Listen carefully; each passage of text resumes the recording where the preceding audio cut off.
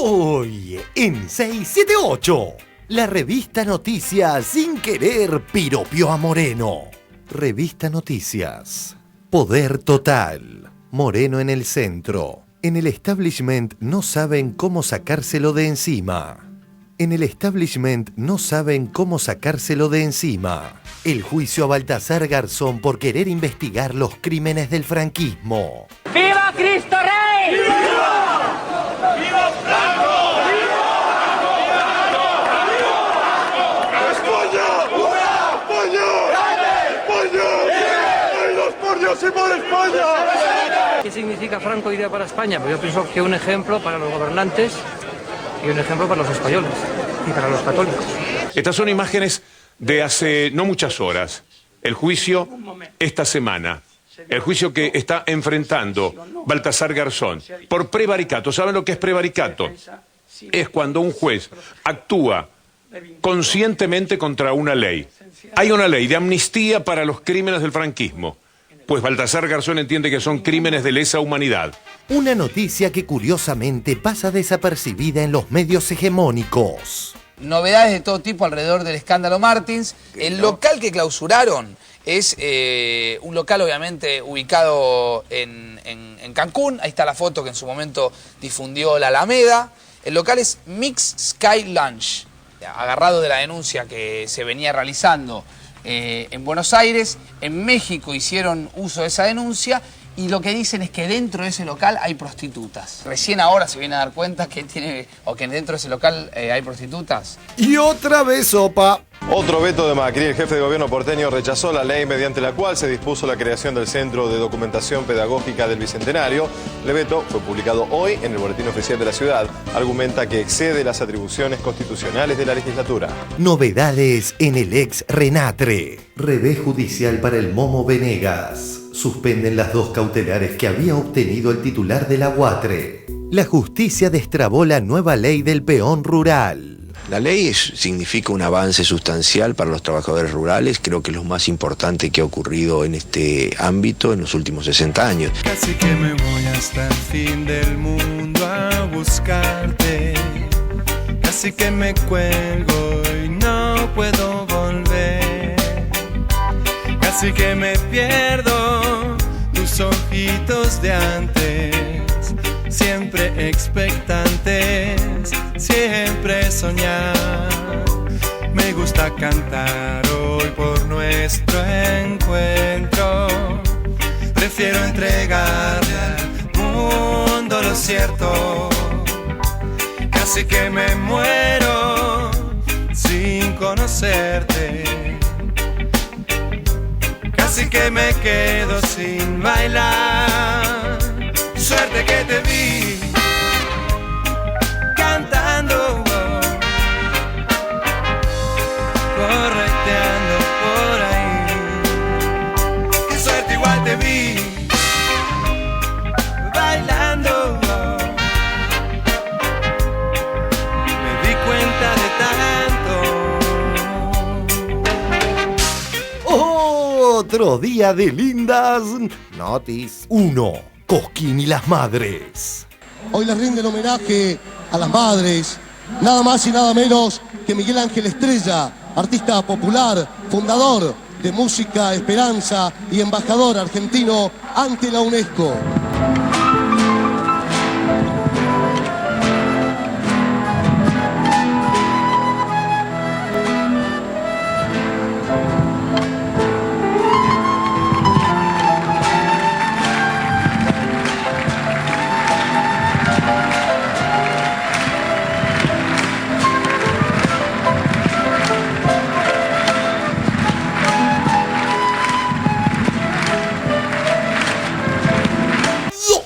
Como siempre, cuando la rompen el Barça, viene el Barça.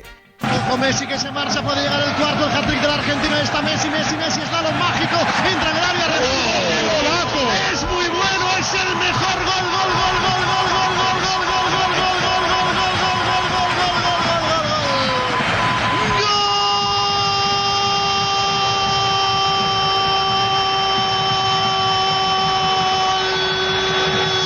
Del mejor jugador del planeta.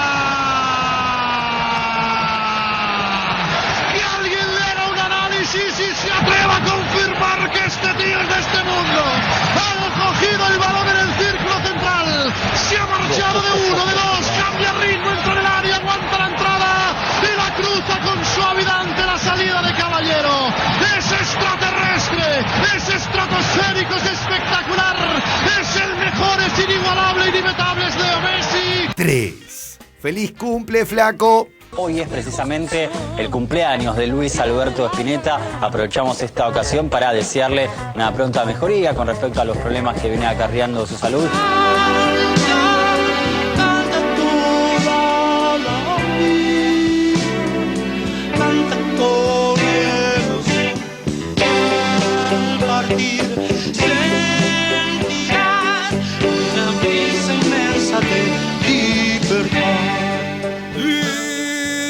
Pega 678, el programa que vive obsesionado por detectar operetas.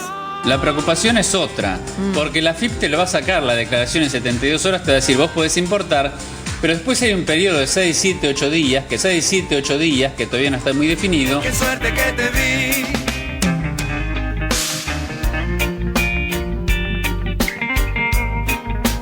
Yo tantas ganas de amarte, suerte igual te di.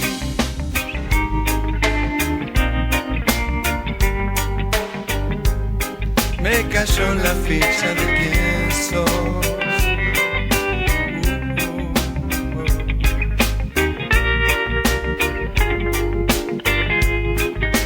Suerte es amiga de la acción.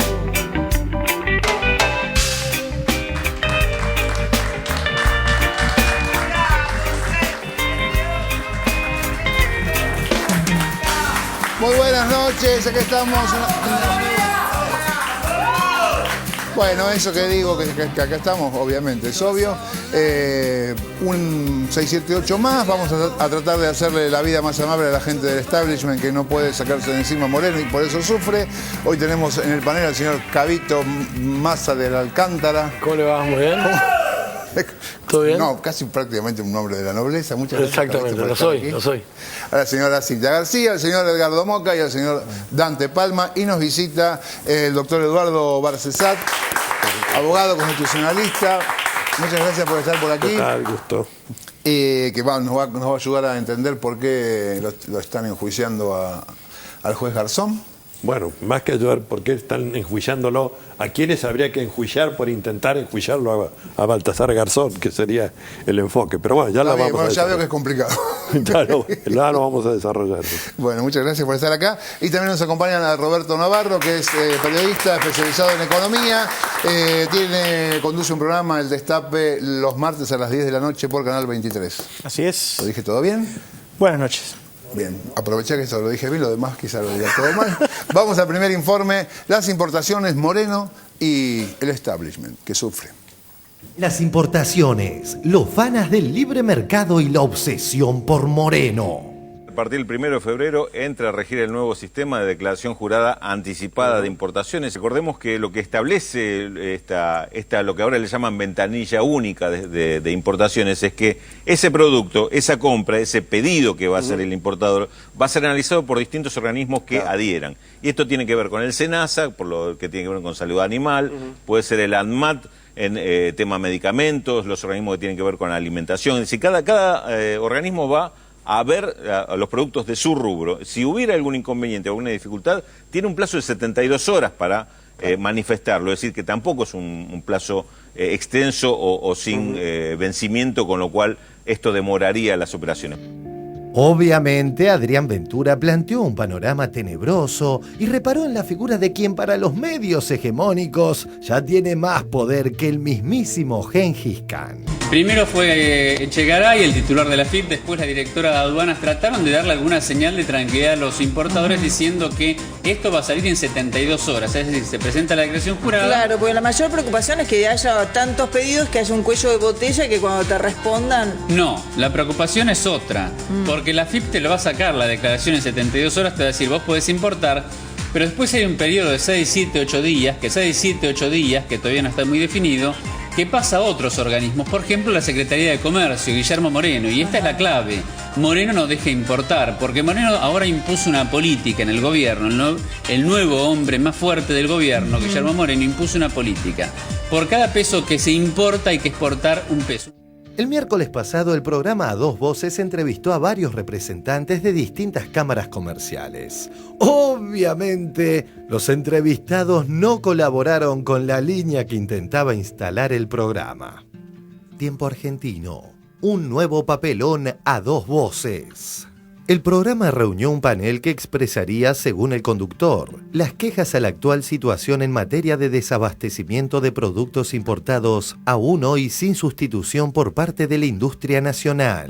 A ver, ¿qué pasa con los artículos importados en la Argentina? Hay una fuerte presión de Guillermo Moreno y a veces son presiones no escritas. Pero, ¿qué pasa en la Argentina? ¿Qué pasa con los artefactos y los artículos para el hogar? Porque me imagino que Moreno los debe tener bajo la lupa ustedes. No. Digamos, las planchas, los ventiladores, esas cosas que faltan. ¿Se hacen en la Argentina y no alcanza? Hay una gran cantidad de cosas que se hacía en nuestro país. Esta industria se destruyó hace mucho tiempo y hoy cuesta recomponerla. Esta situación que faltan electrodomésticos u otros productos para el hogar, ¿provoca que haya contrabando en la Argentina o no? Yo creo que lo que debemos ver nosotros es no la foto, sino toda una foto mayor, toda una panorámica más amplia. Porque quizás hoy nosotros estamos viendo que faltan planchas o faltan esos electrodomésticos que se fabricaban todos, sacando la parte de los plasmas, casi toda esa industria era una industria pujante en la República Argentina. ¿Es un problema de los funcionarios, Débora Giorgi, Moreno?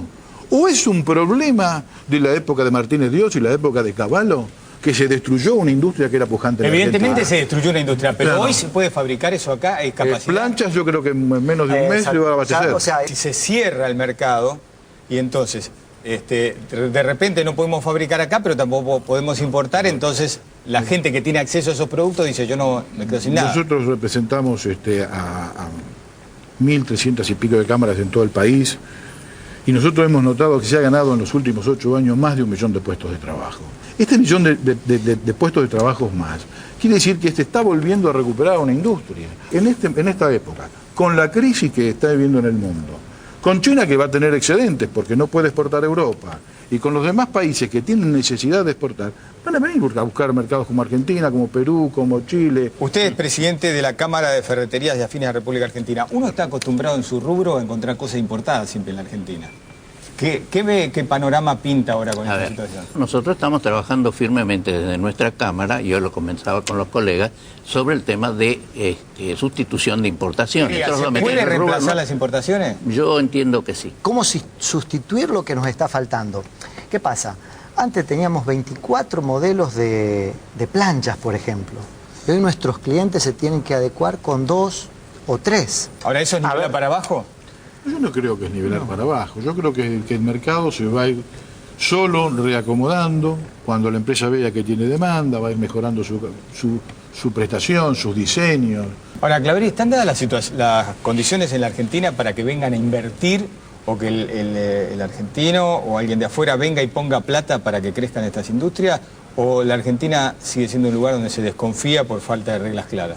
Las inversiones durante el año 2011 se han recuperado, yo diría más que recuperado, porque llegaron a una proporción con respecto al Producto Bruto del 24,4%. Esto prácticamente no tiene precedentes desde que se mide este indicador. Esto tiene que ver con la decisión de algunas grandes empresas de invertir en Argentina o volver a la Argentina. En el caso de automotrices y autopartes están tomando emprendimientos para generar nuevos eslabones de la cadena productiva en el país. Esto reemplazaría importaciones. En el caso de electrodomésticos o electrónicas, en algunos casos se trata de empresas que vuelven al país después de haberse ido en los 80 o los 90, o nuevos emprendimientos con nuevas tecnologías. ¿Están dadas las condiciones en la Argentina para que vengan a invertir o que el argentino o alguien de afuera venga y ponga plata para que crezcan estas industrias? ¿O la Argentina sigue siendo un lugar donde se desconfía por falta de reglas claras? El crecimiento del mercado interno, la perdurabilidad del crecimiento del mercado interno en los últimos años ha generado atracción de inversiones en diversos sectores. Y la política defensiva, y un poco el cierre de la economía, también ha atraído inversores que buscan abastecer a una demanda que está en crecimiento, ¿verdad? ¿Pero qué le dice usted al que quiere una ferretería, conseguir un buen taladro, una buena perforadora, algo de buena marca? ¿Se puede conseguir? Sí, todavía se puede conseguir sin ningún tipo de problema. ¿Argentino o importado? En Argentina en este momento se están consolidando nuevamente, en el caso, por ejemplo, de máquinas eléctricas, dos empresas que estaban totalmente destruidas y hoy están compitiendo perfectamente con material extranjero. Yo creo que ahí es donde tenemos que apuntar, a defender el trabajo argentino.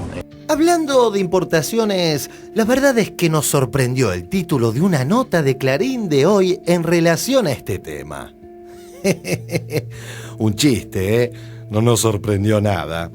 El proteccionismo genera daños. Por Martín Lagos, ex vicepresidente del Banco Central de 1995 hasta 2001. Y siguiendo con el tema importaciones, Moreno e intereses, en la última edición de la revista Noticias, integrante del establishment y por ende defensora del mismo, hicieron una nota donde el objetivo era apuntar contra Moreno. Pero si uno lee con atención este fragmento que a continuación veremos, considerará que ahí hubo un piropo más que una embestida. Revista Noticias. Poder total. Moreno en el centro. En el establishment no saben cómo sacárselo de encima. En el establishment no saben cómo sacárselo de encima. Pregunta final. ¿Cuántas veces le habrán dicho polémico a Moreno en el grupo Clarín? Y aquí, solo una pequeña muestra. Guillermo Moreno, el polémico secretario. Polémico Guillermo Moreno. El polémico secretario de Comercio Interior. Polémico Guillermo Moreno. El polémico secretario de Comercio Guillermo Moreno. El polémico secretario. Del polémico secretario de Comercio Interior. Irrumpió el polémico secretario de Comercio Guillermo Moreno.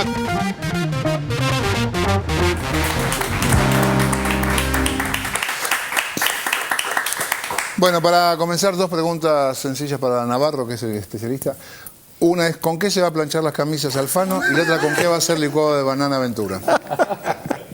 Digo, a ver, yo lo primero que tengo que decir como persona que trabaja en la televisión, que echen a la producción de A Dos Voces, porque trajo gente que iba a contestar distinto a lo que ellos esperaban. Todo mal. ¿No? Todo mal. Eso no quiere decir que no haya empresarios que estén en contra de Moreno, ¿sí? O del hecho de que haya que avisar a distintos estamentos del Estado, primero a la AFIP, qué es lo que van a importar. Yo digo, hay dos partes en esto, una técnica, pero yo empezaría por lo que a mí me parece más importante, que está subyacente en todo esto y que es absolutamente ideológico. Hay una cantidad de importantes empresarios argentinos que siguen estando en contra de que exista un Estado presente, ¿sí? Que añoran el Estado ausente, en donde ellos, dueños de la Argentina, podían hacer lo que querían. Ahora, es absolutamente ideológico. ¿Por qué digo esto? Porque en los 90 cerraron en Argentina, quebraron en Argentina 80.000 empresas industriales. ¿Te acuerdas las páginas de quiebra? Bueno, en estos 8 años, claro, en estos 8 años abrieron, se inauguraron 125.000 empresas industriales. Segundo dato, si vos tomás las empresas que cotizan en bolsa, hoy están ganando sobre patrimonio un 50% más en promedio que lo que ganaban en los 90. Es decir, que les va mucho mejor. El tema es, no te metas en mi empresa. O sea, ellos no pueden aceptar algo que hasta lo dijo Adam Smith, el creador del liberalismo, que la propiedad privada es relativa. O sea, vos podés hacer lo que quieras con tu propiedad, en este caso con la empresa, en tanto y en cuanto no vaya en contra del bien común. El tema de las importaciones, y ahora vamos a la parte técnica, si vos hoy te abrís, si vos hoy no controlás, no estás mirando, ¿qué pasa con las importaciones? Corres un grave peligro. ¿Por qué? Porque la mayoría de los grandes consumidores del mundo hoy viven en países en recesión. Es decir, los ciudadanos de Norteamérica, de la Unión Europea y de Japón, los grandes consumidores del mundo están en países en recesión. Están consumiendo lo mismo o menos que antes. ¿Qué le pasa a las empresas que trabajan en esos países entonces? No pueden vender todo lo que producen, tienen mayores saldos exportables, entonces salen por el mundo a hacer ofertas vendiendo al costo o por debajo del costo. Porque les sobra la mercadería. Exactamente. Esto ya ha pasado en Argentina y siempre que pasó, siempre que hubo crisis internacionales, uno de los lugares a donde entraban esas ofertas, porque la economía estaba totalmente abierta, era Argentina. En todas las crisis los que más sufríamos éramos nosotros, ¿sí? Entonces, esto que se está haciendo ahora no es distinto, el modelo no cambió, ¿sí? Ahora, el modelo va cambiando las herramientas de acuerdo a la dinámica del propio modelo y a los factores externos. Hoy hay un factor externo que hace que vos tengas que mirar con más atención qué pasa con las importaciones, ¿sí? Ahora, cuando dicen, lo dijo Ignacio de Mendiguren ayer, antes de ayer, mandó una carta a Echegaray y después le mandó a todos los diarios, no sabemos qué es lo que van a controlar, no sabemos a qué atenernos, no sabemos qué va a pasar. Es fácil. O sea, ¿qué van a mirar? Bueno, si un tipo importaba $1 millón por año y quiere importar 10 millones, ¿su empresa creció un 1000%? No, está queriendo agarrar una oferta. Ahora esa oferta nos perjudica a todos, ¿sí? Porque perdemos empleo, porque perdemos producción. Otra cosa, hoy tenemos un sistema informático que permite hacer todo eso además. ¿Qué más van a controlar? El precio. Que venga a un precio de referencia, que no esté entrando por debajo del costo, que no nos estemos comiendo el dumping de los grandes países. Y nada más. Y por último, están tratando de generar miedo como hacen siempre. Así que todo el mundo se asuste, que van a faltar planchas, que no vamos a poder importar. Yo estuve hablando el otro día con uno de los funcionarios que se están dedicando a este tema. Y me decía, Roberto, la economía está concentrada lamentablemente. Después de 30 años de neoliberalismo, dice, 100 empresas, me decía, 100 empresas explican el saldo de divisas de comercio exterior de Argentina. 100 empresas. ¿A qué nos vamos a dedicar a controlar? ¿A miles, a decenas de miles de pymes o a esas 100 empresas? Ahora, ellos quieren que todos pensemos que es un problema de todos. Ahora, hay algo que nos corresponde a nosotros, digamos. Yo fui hace unos meses a comprar una plancha y no había 20, 25 modelos de planchas como uno solía encontrarse, como uno esperaba encontrar cuando ibas a una casa de electrodomésticos. Había 5, 6 modelos de plancha, pero todas argentinas. Entonces digo, también hay que generar y asumir esta nueva conciencia de que, bueno, tenemos que esperar a que nuestra industria crezca y siga, y en algún momento tendremos 20 tipos de planchas diferentes. Mira, antes, hasta se ha escrito muchísimo, economistas respetados en Argentina escribían que Argentina no podía crecer muy fuerte, porque cada vez que crecía, la demanda interna hacía que crecieran las importaciones, importaba más de lo que exportaba, faltaban dólares. Un bien escaso, ¿qué hace? Sube de precio, el dólar subía de precio, y ahí teníamos las grandes crisis. El gobierno argentino, como decís vos, lo va llevando de a poco, ¿sí? Va cuidando el mercado, lo va cerrando, pero no tanto, mientras vamos sustituyendo las importaciones, entonces no nos pasó más eso. Hoy estamos creciendo al 9% y exportamos más de lo que importamos. Como decís vos, algún día tendremos 25 planchas distintas, pero no destruís producción, no destruís empleo. Ahora, Alfano también hacía una pregunta que no sé si es la correcta, que preguntaba, ¿están dadas las condiciones para que vengan inversores de afuera para poner empresas? Y yo, uno de los últimos discursos de la presidenta, conminaba o invitaba al empresario de acá a invertir, que parece que eso es lo que está faltando, que la inversión sea argentina. La verdad es que Argentina está en un récord histórico de inversión. En el tercer trimestre llegamos al 26,4% del PBI, que es más alto que el de Brasil, ¿sí? ¿Que podría ser más? Podría ser más. Cuando uno ve que hay fuga de divisas, bueno, esos dólares podrían ir a la inversión. La culpa, qué sé yo, Clarín miente es una. ¿Cuántas veces empresarios importantes me preguntan cosas que yo digo, no puede ser que este tipo me esté preguntando esto? ¿Sí? Y tienen esas dudas, están mal informados, ¿sí? Lo último que quería decir, digo, Moreno no es el que manda en el gobierno ahora. Moreno hace lo que le dice la presidenta. Cuando atacan a Moreno, están atacando a la presidenta. Claro. Marcelo. Bueno, yo querría aportar desde otro economista, en este caso desde John Maynard Keynes, que creo que nadie dudará que ha sido el economista más influyente del siglo XX, y tiene un ensayo de 1934, es decir, inmediatamente posterior a la crisis mundial, en que Keynes sostiene, el ensayo se llama El principio de autosuficiencia de las naciones, Y yo quiero ya poner de relieve el paralelismo entre la expresión autosuficiencia que utiliza este economista y el principio de autodeterminación que después en el mundo normativo se ha convertido quizás en el derecho a la vida de los pueblos, así ha sido definido, ¿no? Entonces, en ese principio de autosuficiencia, todavía la palabra autodeterminación no existía cuando Keynes hace este trabajo. Keynes sostiene 3 principios. El primero, se debe ser internacionalista en todo lo que refiere a la cultura, al arte y a la ciencia. 1. 2. Se debe producir todo lo que se puede producir en el país, aunque sea en condiciones desventajosas. 3. En materia financiera, nadie debe tener poder de decisión sobre las naciones.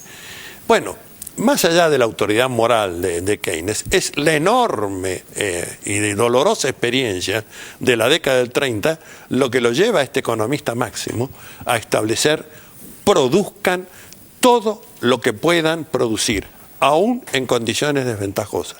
El crecimiento del mercado interno, la mayor productividad nacional es parte del éxito de este modelo.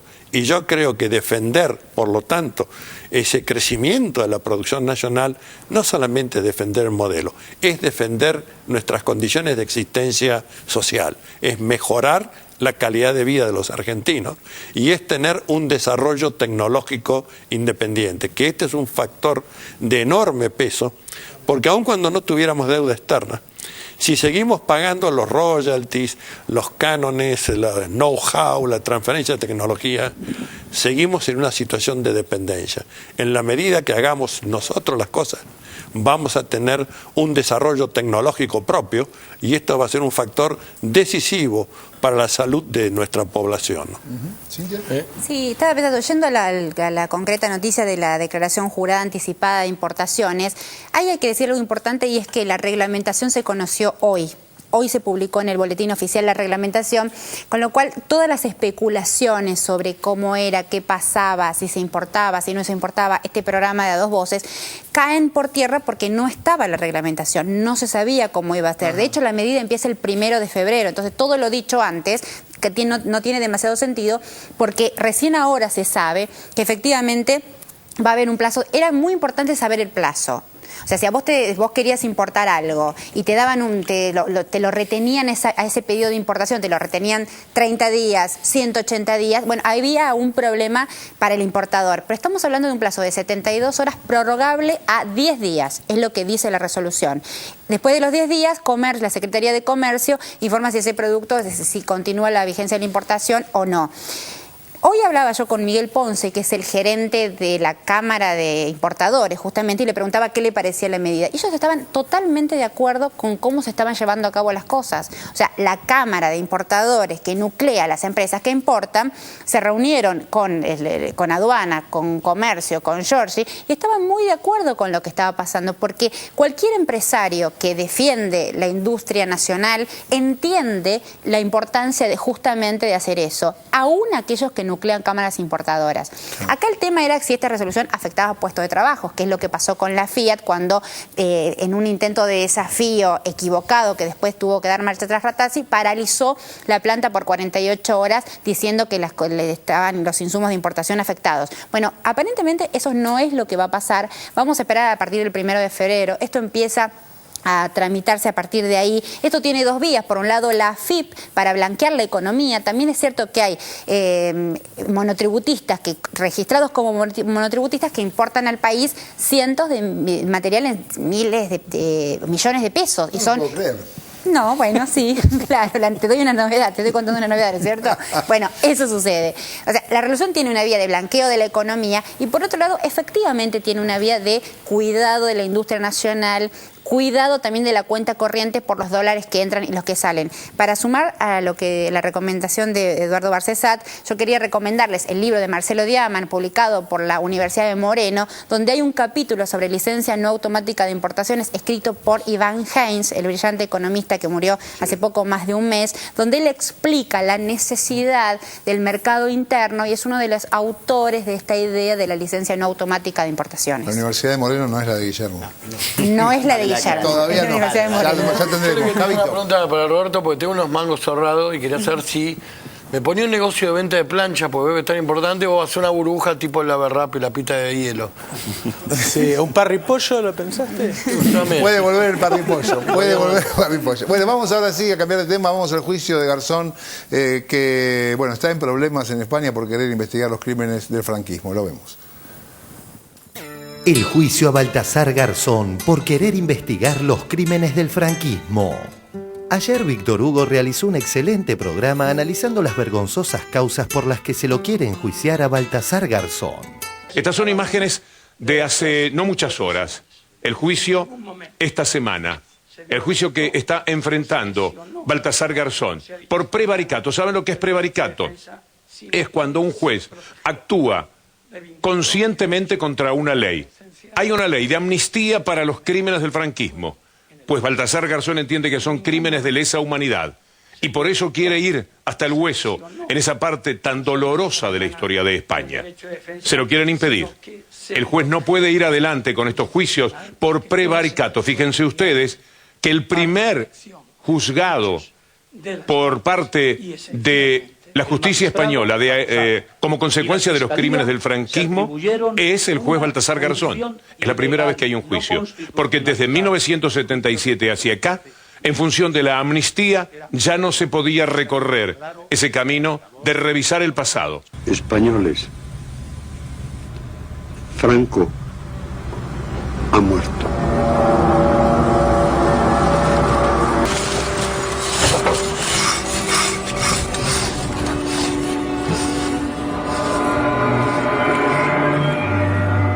Mis padres no eran bandidos y a todos los que mataron que están en las fosas no había bandidos ahí, había gente honesta, labradores, pues nos quitaron toda la casa, todo.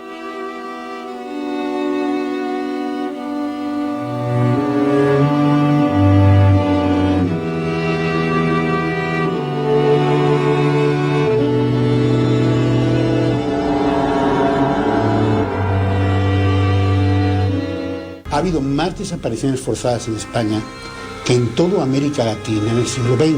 Hablamos de 113.000 desaparecidos, pueden que sean más, hablamos de miles de niños robados, hablamos de medio millón de presos políticos, de medio millón de exiliados. El Poder Judicial no está aplicando las leyes que hay que aplicar.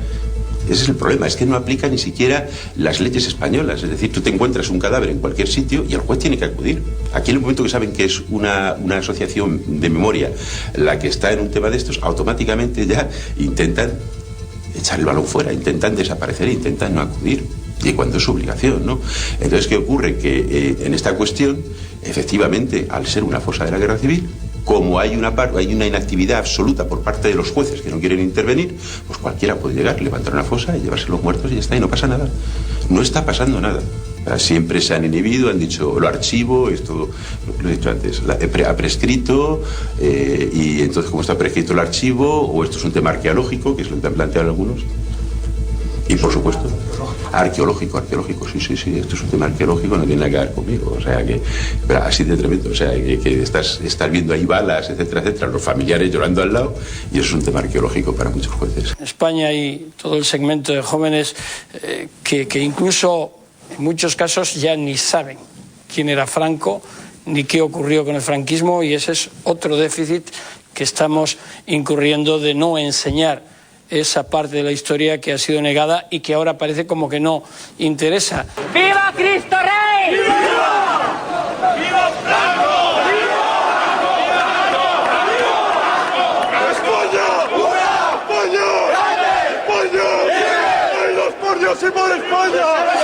¿Qué significa Franco idea para España? Pues yo pienso que un ejemplo para los gobernantes y un ejemplo para los españoles y para los católicos. Y eso tienen que enseñarlo bien enseñado, no cambiando las cosas. Cuando la historia se cambia, no es historia, es un cuento. ¿Quiénes cambian la historia? Pues actualmente los políticos que están, los medios de comunicación, en general. Y en las escuelas. Y yo hablo con cantidad de gente que me encuentro por la calle, cantidad de gente que me dice, mire padre, los mejores años de mi vida en tiempos de caudillo. Y mucha gente me ha dicho a mí, yo me enteré que vivíamos en dictadura 2 años después de morir Franco cuando empezaron a decirlo. de la gente, pero vivimos en dictadura. Pues yo entraba, salía, subía y bajaba y a mí nadie me dijo nada. En este país ocurrió durante la dictadura, fueron crímenes atroces, lo asuman y lo asuman frente a la sociedad. Y probablemente a partir de ahí es cuando se produzca esa verdadera reconciliación, pero lo que ocurre es que se quiere que haya reconciliación sin ni siquiera haber aceptado que los crímenes existieron. ¿Qué significa Franco idea para España? Pues yo pienso que un ejemplo para los gobernantes y un ejemplo para los españoles y para los católicos. Cantidad de gente que me dice, mire padre, los mejores años de mi vida en tiempos de Pablo. San Pedro de Olleros, 2. Candeleda, 3. Zaldivia, 2. Arrasate, 2. Costajana Aranda, 81. La Horra, 22. Valdedios, 17. Landaya, 85. Uclés, 380. Yo no era consciente en aquel tiempo de que en España podían existir tantas fosas. Nadie había hecho un diseño con esta cuestión, sino que surgió porque había una fosa en un pueblo, pero había en el pueblo de al lado, pero había más fosas en la comarca, pero es que en la provincia también había fosas, pero es que en el territorio estaba lleno de fosas. Es que España entera está llena de fosas. Decir cuántas fosas más quedan, para mí es imposible. Por lo tanto, no soy capaz de imaginarme cuándo dejaremos de hacer exhumaciones, que en cualquier caso siempre se harán si hay familias que lo piden. Hay un pacto de silencio, de olvido, de impunidad. La clase judicial española, como la argentina en su momento, como la chilena, como la de todos los sectores judiciales de este tipo de procesos, han convivido con los crímenes, han convivido con el encubrimiento de los crímenes, han convivido con la impunidad. El juez Garzón ha recibido esta mañana un listado con más de 130.000 nombres de víctimas de la represión franquista. Hoy vencía el plazo para que los denunciantes presentaran esa documentación. El Pleno ha acordado por unanimidad hacer efectiva la suspensión cautelar de sus funciones del magistrado titular del Juzgado Central de Instrucción número 5 de la Audiencia Nacional. Bueno, a mí no me cabe duda y no tengo ningún reparo en decirlo de que hay una persecución manifiesta contra el juez Garzón. El doctor Carlos Slepoy es una notable figura jurídica internacional, galardonado con diversos premios por su labor por la justicia. Ha participado de la acción legal juzgando a genocidas y criminales como el dictador chileno Augusto Pinochet. Doctor Slepoy, me da mucho gusto saludarlo. ¿Cómo vive Madrid estas horas del juicio a Garzón? Bueno, como usted supondrá, por una parte muy importante de la sociedad española, con una tremenda indignación, ¿no? Con diversos calificativos de lo que está ocurriendo, de acoso, linchamiento, cacería judicial, ¿no? Se están haciendo concentraciones, actos, denunciando que lo que hay en el Tribunal Supremo es una rémora de lo que fueron los tribunales franquistas. Muchos de estos miembros del Tribunal Supremo juraron lealtad al movimiento nacional, es decir, al movimiento nacional franquista, y revelan con estas actuaciones que no se han deshecho de ese pasado, ¿no? Justicia no es solo una palabra hermosa. La justicia es una condición imprescindible de la dignidad humana. La sociedad civil ha salido esta tarde a la calle en toda España para asumir la causa de las víctimas del terror franquista y para reivindicar la dignidad de los centenares de miles de hombres y mujeres que dieron su vida por la libertad y por la democracia de nuestro país. Vamos a resumirles al juez Garzón en números. 2 querellas han sido presentadas contra Garzón por investigar los crímenes del franquismo. Una del sindicato de ultraderecha Manos Limpias y otra de Falange Española. El fundador de Falange, José Antonio Primo de Rivera, está enterrado junto a Franco bajo una cruz visible a 40 kilómetros de distancia. Las más de 600 fosas con restos sin identificar, claro, no tienen ninguna. Garzón únicamente autorizó la exhumación de 19 de esas fosas, la más grande como el estadio del Barça. En 2008, en una sala de la Audiencia Nacional de menos de 50 metros cuadrados, se declaró a Garzón incompetente para investigar el franquismo por 14 votos contra 3. En febrero de 2010, Garzón se expone a una inhabilitación de 20 años, justamente la mitad de los 40 años que duró la dictadura de Franco. En esos 14.193 días desaparecieron 113.000 españoles y se fusiló a 55.000 más, 5 veces más víctimas que en las dictaduras argentina y chilena juntas. 5 veces más víctimas que en las dictaduras argentina y chilena juntas. Hoy, el número de días que los responsables de la represión han pasado en la cárcel sigue siendo 0. El destino, la suerte del juez Garzón está echada. Lo que van a ver ustedes es lo que en televisión muchas veces se llama un blooper. Algo que ocurre inesperadamente y que muestra la hilacha de cuáles son las características del juicio que tiene que afrontar Baltasar Garzón. Verán ustedes al juez principal recibiendo un llamado muy particular del gobierno, del Palacio de la Moncloa, naturalmente el gobierno de derecha, que mucho tiene que ver con este juicio ahora que se lleva adelante contra el juez Baltasar Garzón. Ay, el móvil, no sé, aquí estamos aquí hasta la Navidad. Lo tengo en silencio,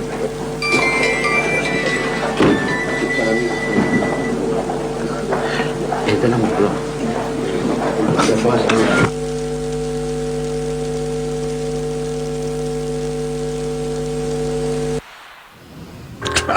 Como para no taparse, vio que el micrófono estaba abierto y estaba diciendo que recibía un mensaje de la Moncloa. Línea directa, porque hay mucho interés en saber si efectivamente están terminando los días como juez de Baltasar Garzón.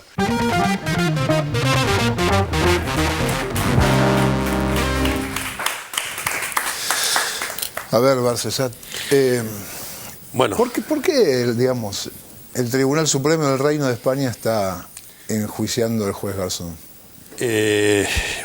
Para empezar, prevaricar es ir contra el derecho a sabiendas de que se va contra el derecho. Baltasar ha calificado los crímenes del franquismo como crímenes de lesa humanidad. Eso no es ignorar el derecho. Eso es saber derecho. Baltasar ha establecido que estos crímenes se amparan en el ius gentium y significa, por lo tanto, que es imprescriptible y que se admite en el derecho internacional consuetudinario que la ley penal sea posterior a los hechos que se juzgan, porque son crímenes contra la humanidad. Así se está juzgando en la Argentina. También aquí tuvimos normas aberrantes, el punto final y la obediencia debida. Y la norma de impunidad que pactaron al inicio de la transición democrática avergüenza como avergüenzan haber tenido en Argentina el punto final y la obediencia debida hasta que proyecto político mediante y jueces distintos mediante se comprendió su inconstitucionalidad, su grosera inconstitucionalidad. Como es grosera la inconstitucionalidad de la norma de amnistía impuesta para la transición democrática. Y uno dice, ¿y por qué los jueces hacen esto? Yo quiero decir con palabras de uno de los más brillantes presidentes de la Comisión Interamericana de Derechos Humanos, Robert Goldman, dando en el 2007 el balance de la Comisión Interamericana de Derechos Humanos, decía: recibimos por año 4.000 denuncias. De ellas, 900 son de la Argentina. El 97% de los casos son denuncias contra los jueces. Es decir, que paradojalmente, aquellos a quienes les está cometido la defensa de la Constitución Nacional, que es decir, la defensa de los derechos humanos, son ellos mismos los primeros violadores del derecho. Y porque no han establecido, como sí lo ha hecho la Argentina en el 94, una clara norma de ruptura entre la bestia de la excepcionalidad institucional y el Estado de Derecho. En la Argentina se ha establecido de una vez y definitivamente que la supremacía de la Constitución Nacional no puede ser alterada por ningún acto de fuerza y que es imprescriptible, es nula, de nulidad absoluta el acto usurpatorio y son nulos los actos que se hacen en función de la usurpación del poder político. Lo primero que debe hacer un juez, esto está en todos los sistemas jurídicos, nuestra ley primera de organización del Poder Judicial así lo dice, establece que el deber primero de los jueces es asegurar la observancia de la Constitución por sobre los actos de los otros poderes. Si los otros poderes, por razones políticas, por influencias, por temores o por imbecilismo, lisa y llanamente, han adoptado normas como el punto final, la obediencia debida o esta norma del franquismo, entonces son los jueces los que deben salir a asegurar la observancia de la supremacía de la Constitución Nacional. La Constitución Española del 78, como la nuestra, incorpora las principales normas del derecho internacional de los derechos humanos. De manera que es obligatorio para el juez aplicar esto. No solamente potestativo, es obligatorio. Yo quiero señalar porque todos podemos expresar solidaridad, yo la expreso 1000 veces, ya he mandado 1000 mails en adhesión al amigo Baltasar Garzón. Para mí es un amigo.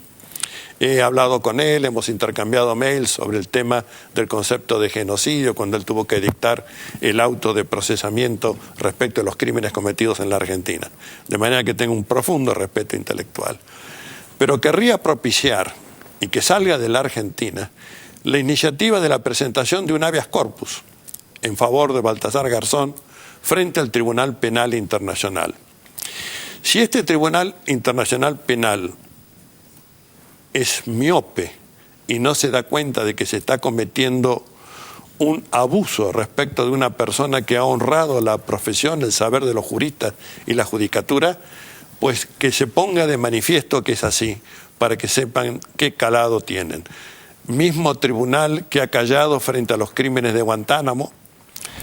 Bueno, necesitamos... Y otros varios. Y otros varios. Necesitamos entonces desenmascarar y poner en marcha esos mecanismos, porque el habeas corpus, al igual que el amparo, son de la misma naturaleza, es para preservar inmediatamente frente a una vulneración de un derecho a garantía constitucional. Explíquenos qué sería, qué implicaría el pedido de habeas corpus. El pedido de habeas corpus sería que la Corte Penal Internacional dijera: esto es lesivo de la libertad individual de don Baltasar Garzón.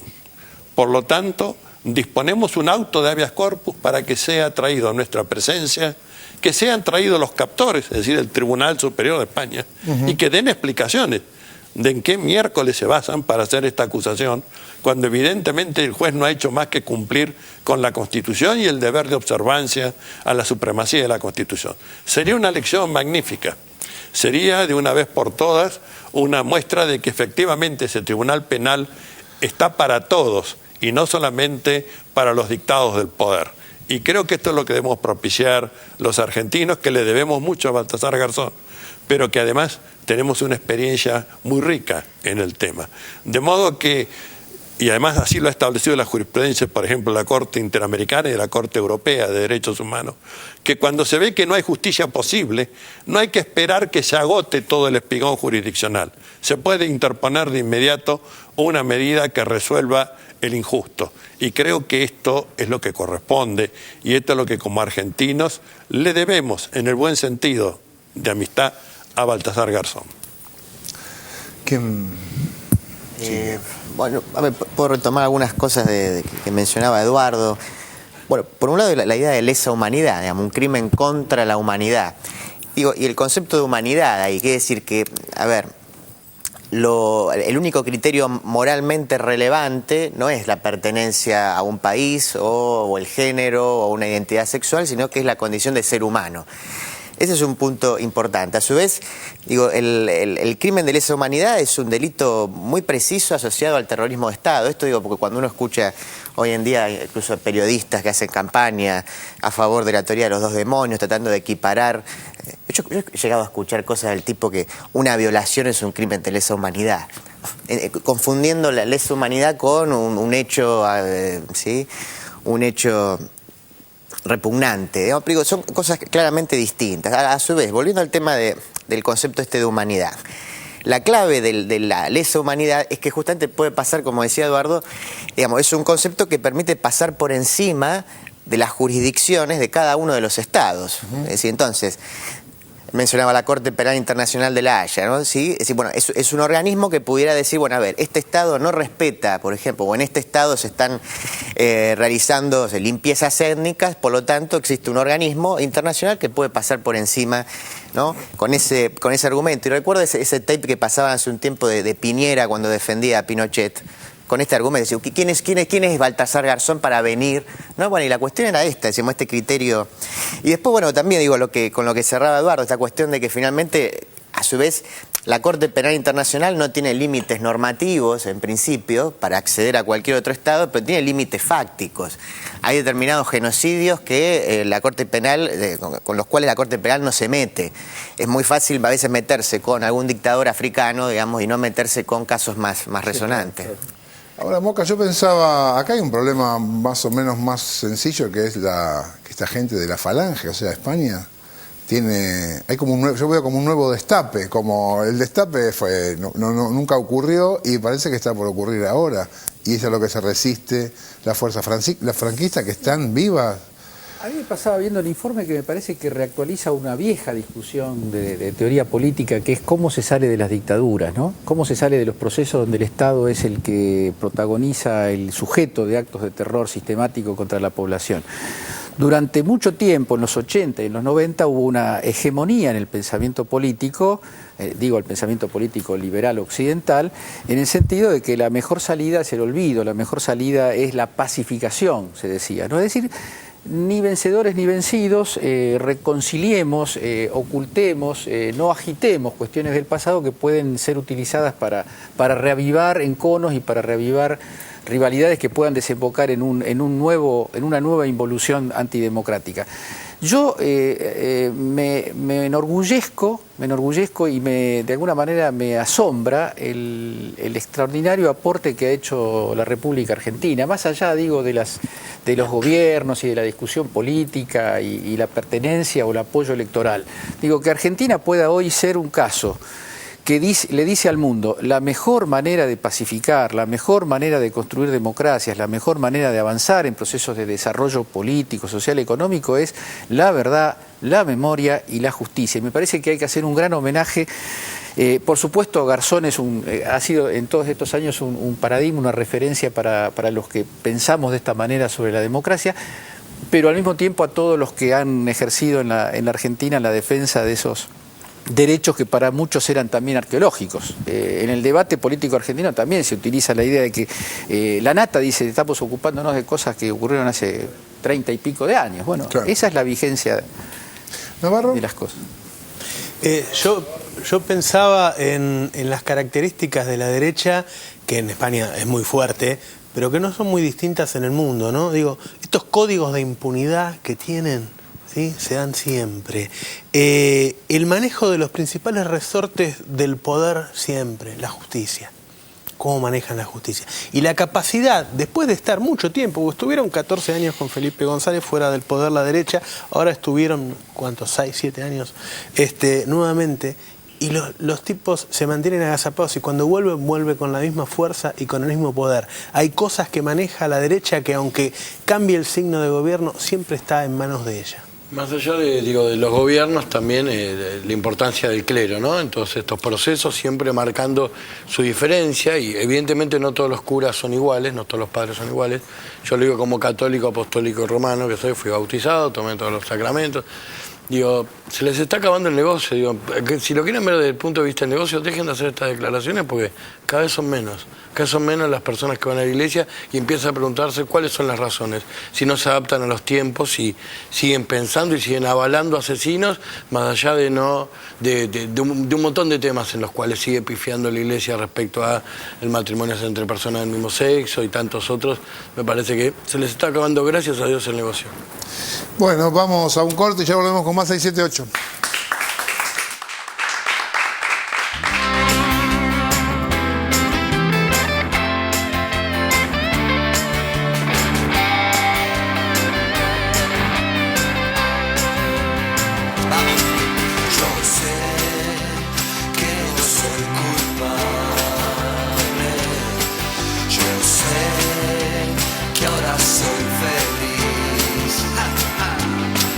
Yo sé